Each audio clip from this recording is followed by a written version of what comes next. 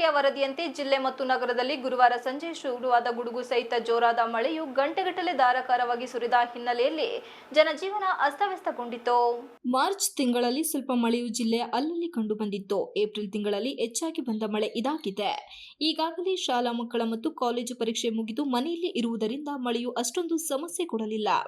ರಸ್ತೆ ಮೇಲೆ ಮಳೆ ನೀರು ಜೋರಾಗಿಯೇ ಹರಿಯಿತು. ಆದರೆ ಸರ್ಕಾರಿ ಇಲಾಖೆ ಮತ್ತು ಖಾಸಗಿಯಲ್ಲಿ ಕೆಲಸ ಮಾಡುವವರು ಮನೆಗೆ ಬರಲು ಸಮಸ್ಯೆಯಾಯಿತು. ಅದರಲ್ಲಿ ಕಾರು ಇರುವವರು ಯಾವ ಸಮಸ್ಯೆ ಇಲ್ಲದೆ ಮನೆಗೆ ತಲುಪಿದರು. ಬೀದಿ ಬದಿ ವ್ಯಾಪಾರಸ್ಥರು ವ್ಯಾಪಾರ ಮಾಡಲು ಪರದಾಡಬೇಕಾಯಿತು. ಈಗಾಗಲೇ ಹವಾಮಾನ ಇಲಾಖೆಯು ಕರ್ನಾಟಕದ 12 ಜಿಲ್ಲೆಗಳನ್ನು ಯೆಲ್ಲೋ ಅಲರ್ಟ್ ಆಗಿ ಸೂಚನೆ ನೀಡಿದೆ. ಹಾಸನ ಜಿಲ್ಲೆಯ ವಿವಿಧ ತಾಲೂಕುಗಳಲ್ಲಿಯೂ ಕೂಡ ಧಾರಾಕಾರ ಮಳೆ ಸುರಿದಿದೆ.